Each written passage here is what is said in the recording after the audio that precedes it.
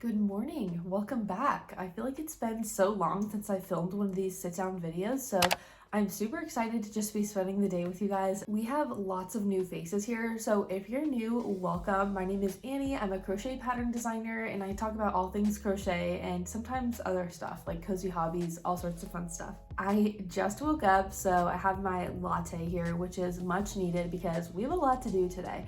I'm prepping for a pattern release that is going out tomorrow. When you see this video, it will already have been released, and so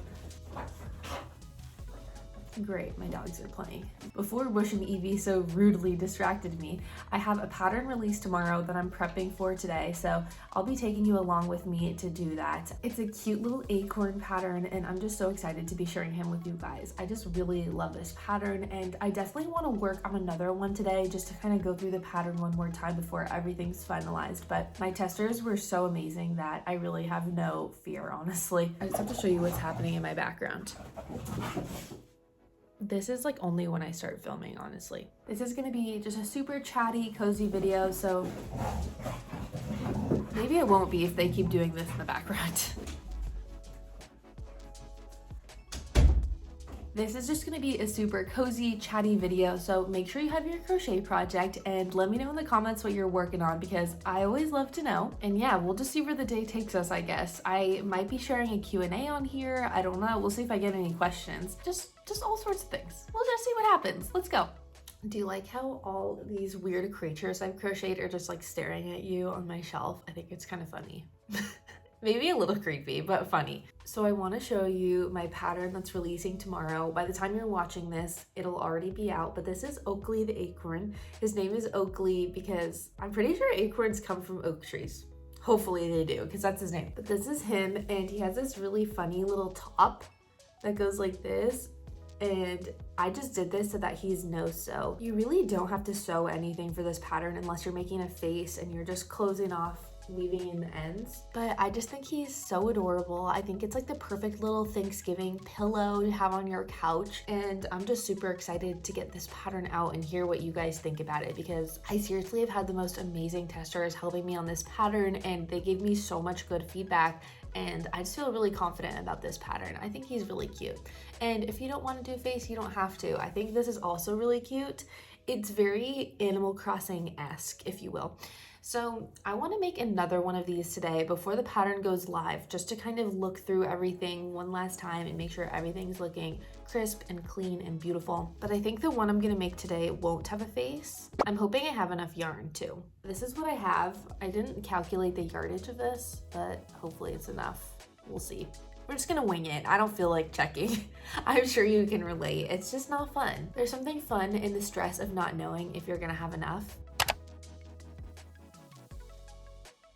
As much as I hate it, it's better than checking. If you used a bulkier yarn, he'd be even bigger than this, but this is Hobie Honey Bunny. I'll have the colors linked in the description, but yeah, I think it's adorable. I definitely need to make a bigger one of these too, but I love this. I don't know what made me think to make this. I think I was playing Animal Crossing and I was like I saw an acorn and I was just like, I need to make an acorn. Okay.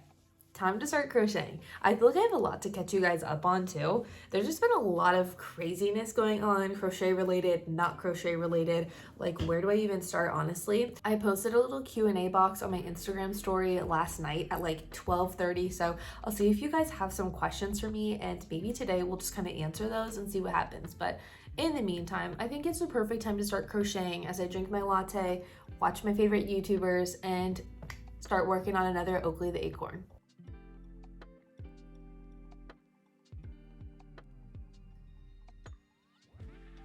I'm working on a little stem top thing. So far, so good.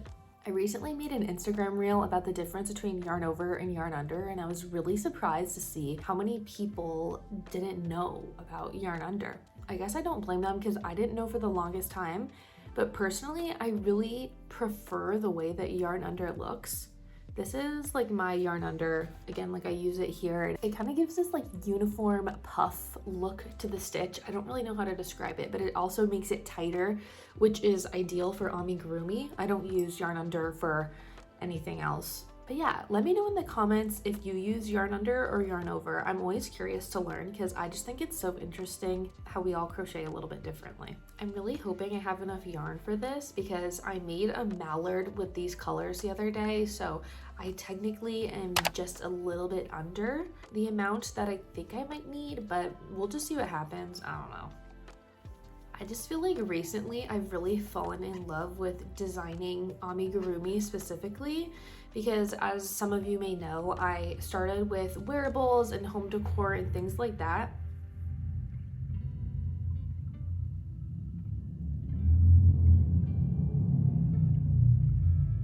I don't know if you can hear that. That's somebody's car like 2 floors below me. It's so loud that it set off the alarms on a bunch of other cars. The joys of an apartment. I'm telling you guys, that's actually insane. I'm actually curious, like, what's the point of having a car that loud? Like, asking for a friend, honestly. Okay, I think we're all good now. That was crazy. Anyway, as I was saying, I started off by designing wearables and home decor and things like that, and recently I've just fallen completely in love with amigurumi. I feel like it's just so creative and it's really easy to draw something up and make it come to life and make it yours, and I'm just really grateful that you guys have been so kind about my designs, and I really appreciate it. So I've been having a lot of fun with it. Like, this umbrella octopus is a pattern that is coming soon on Hobie that I designed, which is nuts, like absolutely nuts. I'll be sharing more about that soon. And then this is like a rough draft of a goose that I made up here. It's not the final goose, but that will be coming soon, hopefully, assuming everything goes well. Super, super exciting and super fun and very grateful. I really mean it when I say that. Like, I do not take it for granted. I really appreciate just all of you, every single one of you who likes and comments on my videos and cares enough to watch them and be interested in testing patterns and everything. It really just means so much to me and it makes my life so happy, truly. There's no other way to say it.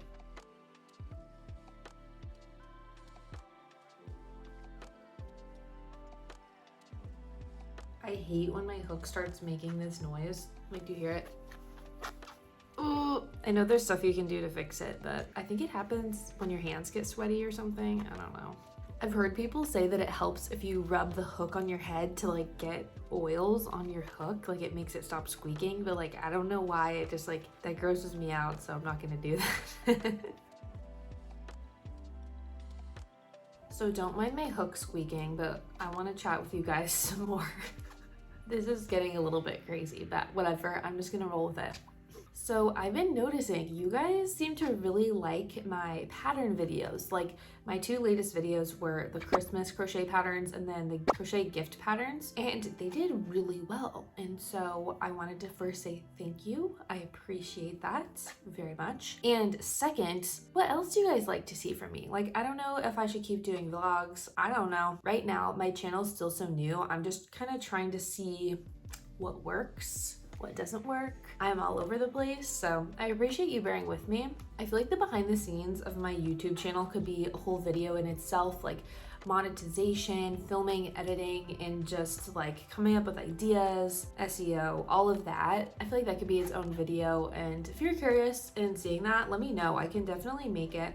With my channel being so new, I'm kind of just trying new things and seeing what works, what doesn't work, and clearly the pattern videos seem to do really well, but obviously it's not the only thing I want to make because I have fun just doing this and talking. Like, truly, this is what I have fun doing, is just feeling like you're sitting here right with me and we're both just crocheting together, and I'm just filling you in on my life and you leave me comments and I hear about yours, and you know, it's just fun. It feels more like a community, if you will. I'm just rambling. My coffee's kicking in. I'm just talking, but if there's certain videos you want to see from me, definitely let me know in the comments because it never hurts to give a suggestion. Can I sit with you? Okay, I'm back. The weather here is so crazy. I had to change my shirt already. It's only like 10 in the morning, but it's already so hot. So got my shirt now. And this is how far I've gotten into the acorn. So we have quite a bit to go. I also need to get the Etsy listing all finalized too for tomorrow. And I also need to like make some reels and stuff like that, just because I do not like making reels in the middle of the week. I usually will like batch make them on a Saturday or Sunday just so I have it done for the week and I don't have to think about it. I think I've shared this, but I do have another job. I mainly do writing, like copywriting, like blog posts and stuff like that during the week. So yeah, I don't have a ton of time to be making reels. So that's like a little bit of my strategy.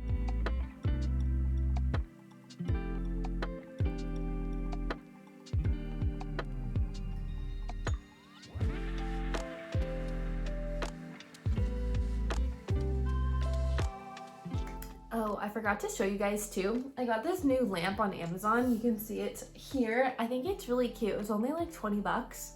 And look at this. This is my favorite part. You just tap it.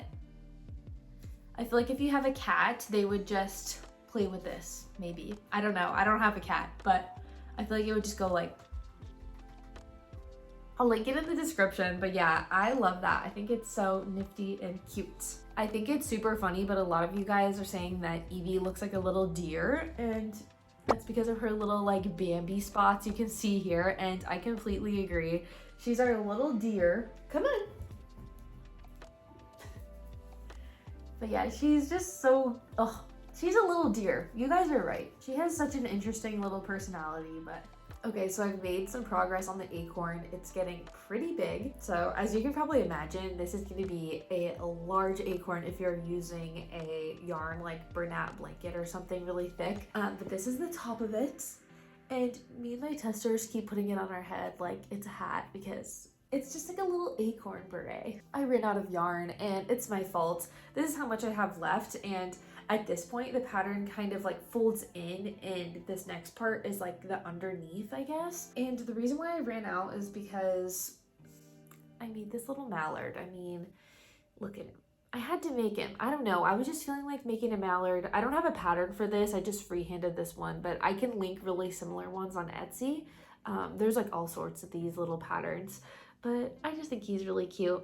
I made this for my husband and he loves him. So that's my little mallard. So I think now what I'm going to do is I'm gonna use this Hobie Honey Bunny. This is, what color is this? Number 9. I think I'm gonna do that for like the underneath part of the acorn, and then this will be like the base or whatever you wanna call it. I'm also starting to get some of your questions trickling in, so that's a good sign. I think I'll be able to do a little Q&A later today of just some of your questions. So if you're following me over on Instagram, you might have heard me talk about this little kitten that I found on Halloween night, which is just kind of funny.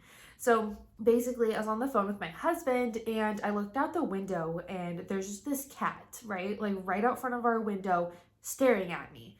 And I was like, oh my gosh, like this looks like a baby, like what's going on?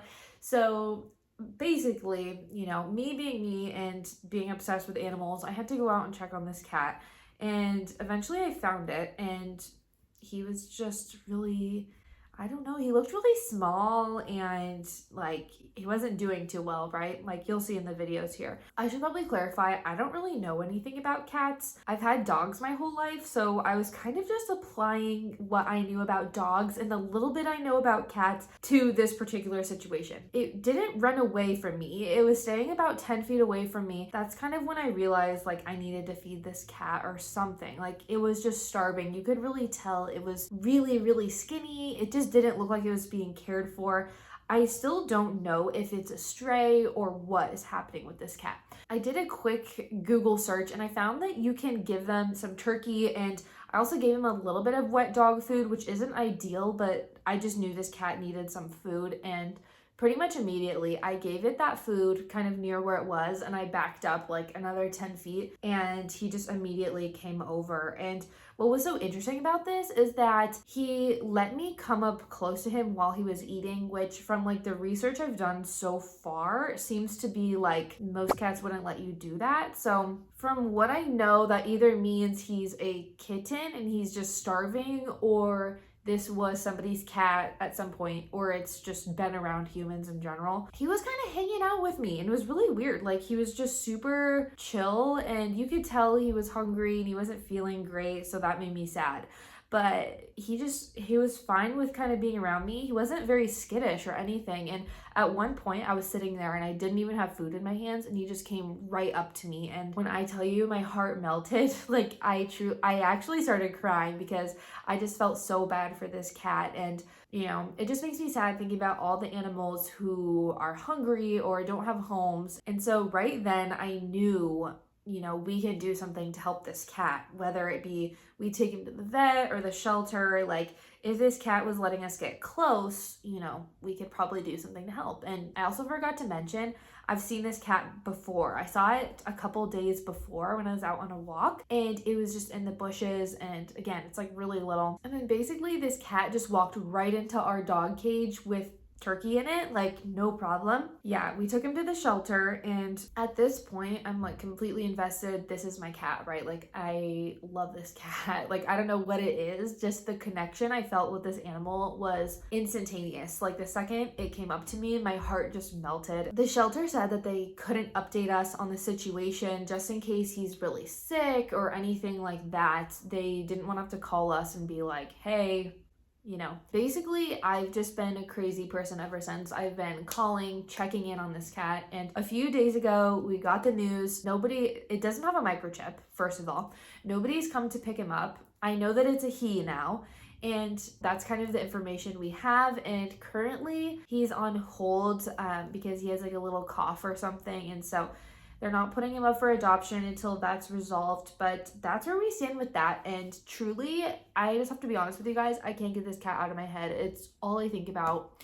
My poor husband just has to listen to me talk about it all the time, but he really likes the cat too. And so we are going to see what happens. I don't know. I don't want to say too much because, like, knock on wood, I don't want to jinx it, you know? But the cat might one day be our cat and we are taking the steps to make that happen. So I'm gonna leave it at that. That's kind of where that stands. So keep us in your thoughts because I love this cat, guys.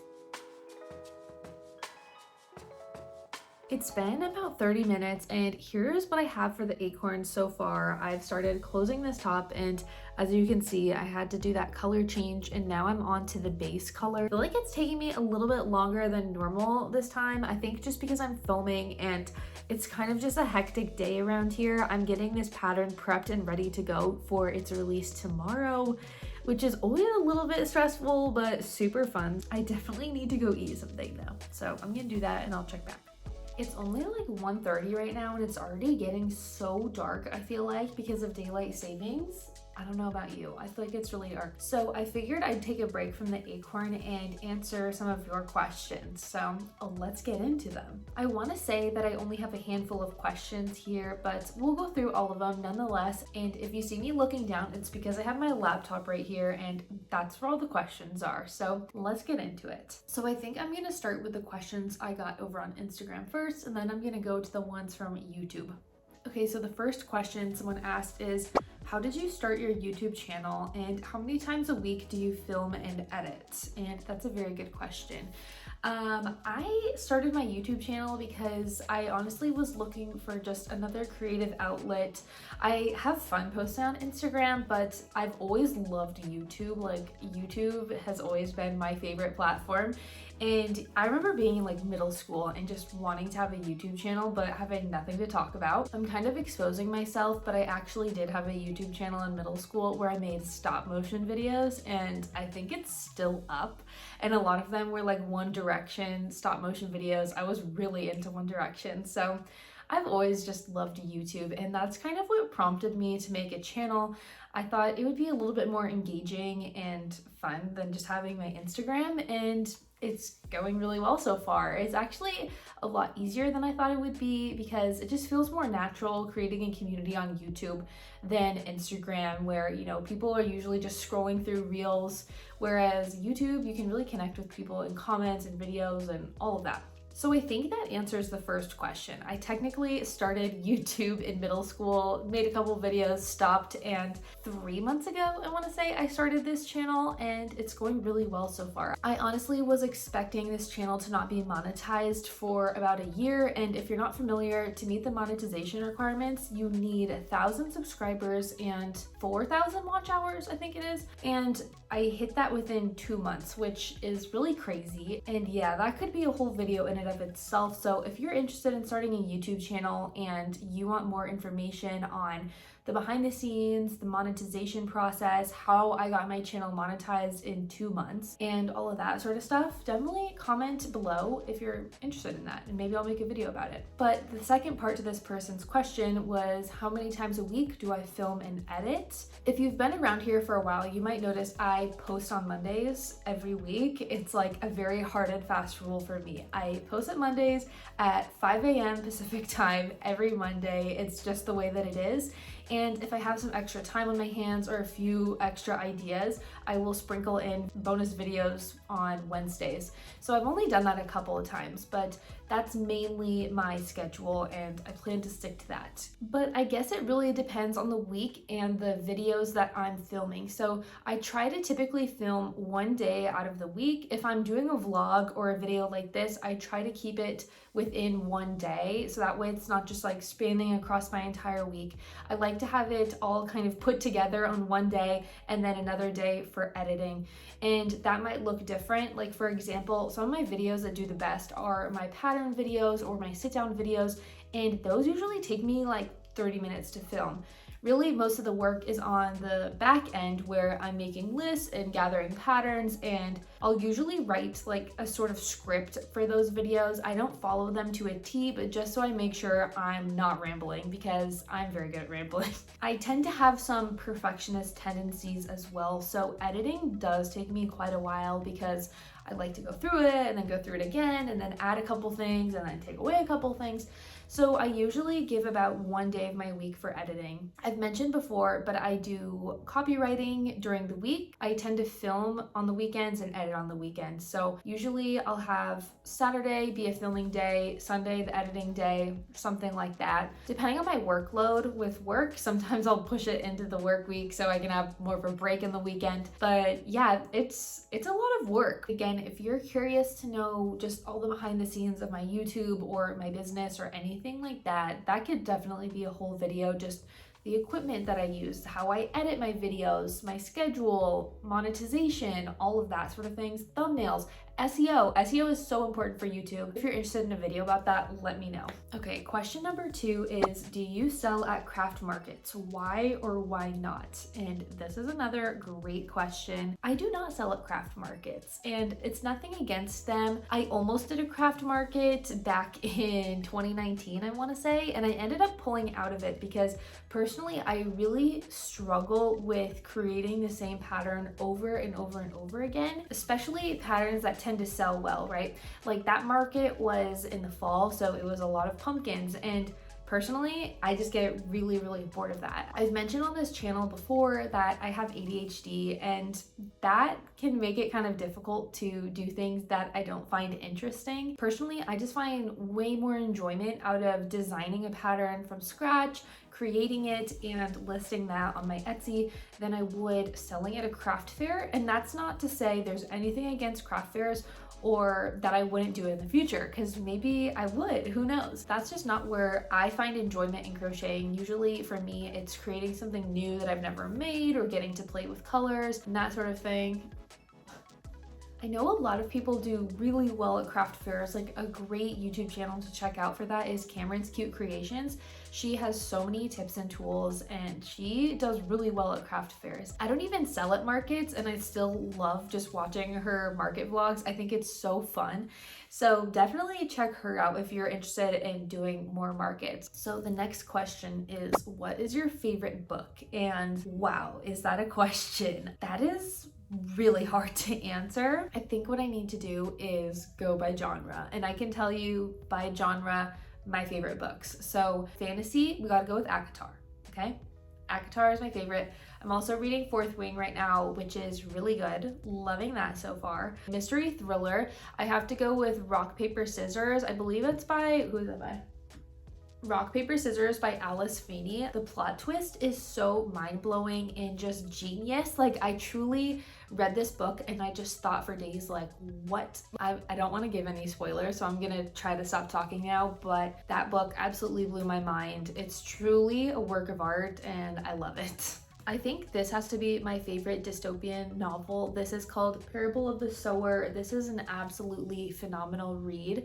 I just dug into this book. I finished this in a couple of days and I still think about it all the time. It takes place in Southern California, which is where I live, and it's a dystopian world. Everything's dry and on fire, which is kind of crazy because this was written, I want to say like 20 years ago, and it's kind of happening now. It's very dry and everything's on fire in California. If you guys don't know, I'm an English major and I read this for school, but it was by far one of my favorite reads I've ever read for school ever. I don't know, it's just so interesting to me. I love the writing. Octavia Butler is phenomenal. I've quickly come to learn that I'm not a huge fan of romance novels, but this has to be one of my favorites. The way that I loved this book, it is just so adorable. This is Every Summer After by Carly Fortune. I'm really bad at explaining books, so you're just gonna have to trust me on this one. I also have my Goodreads linked in the description if you're curious to read more of my reviews or ratings of books, but I just really loved this book. As for classics, I think that Frankenstein has to be my favorite. I absolutely love that book. Again, another long-winded answer, but I hope that answers your question. So the next person asked, what is your favorite yarn, the weight and the brand? And man, you guys are asking all the tough questions today. I love it. Okay, so if I had to choose an all-time favorite yarn, my short answer is I have a lot of favorites. So I'm gonna kind of break down my current favorites with you. First, I have to say that Superwash Merino is like my favorite yarn to work with. I really love it in a DK weight. And if I had to choose a favorite, it would probably be Sorella yarn. I love the way she really tells stories with her yarns. They're absolutely beautiful and they're just fabulous to work with. They're so squishy and luxurious. But with that being said, they do come at a hefty price, so that is worth noting, but I absolutely love her yarn. Another favorite of mine, I recently have been loving using chenille yarns and just all things amigurumi and stuff like that.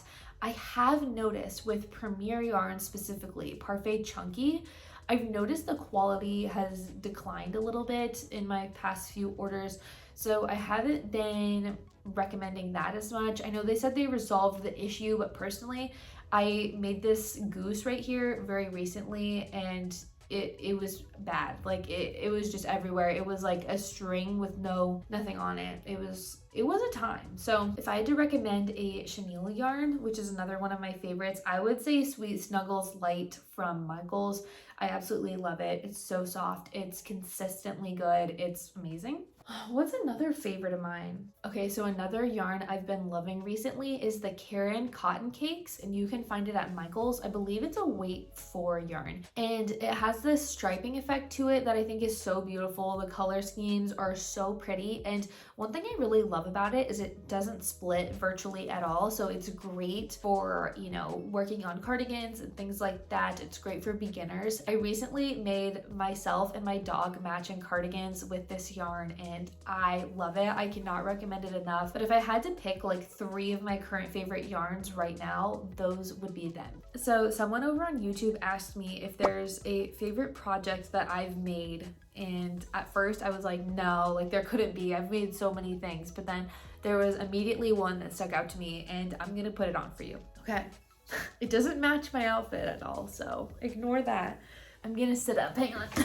If I had to pick one favorite project of all time, it would be this cardigan. This is my wisteria cardigan pattern. I'll keep it linked in the description if you're interested, but I made this with Sorella yarn in Taylor Swift collection. This color is Enchanted and Speak Now, and Something about this piece just really means a lot to me. I think just because this yarn is so nice. Again, this is that like superwash merino that I absolutely love, but also this is like my first real pattern that I've sold, and just the process of learning how to design a garment and getting it tech edited and graded and tested and all these things, it was so daunting to me for so long, and seeing it come to fruition and turn into something like this is just inspiring. It reminds me of how capable I am of achieving my goals when I put my mind to it, and that's what this piece is all about to me. So it just really speaks to that, and it just feels like a warm hug whenever I wear it. It's just a good reminder that I can accomplish things when I put my mind to it, and so can you.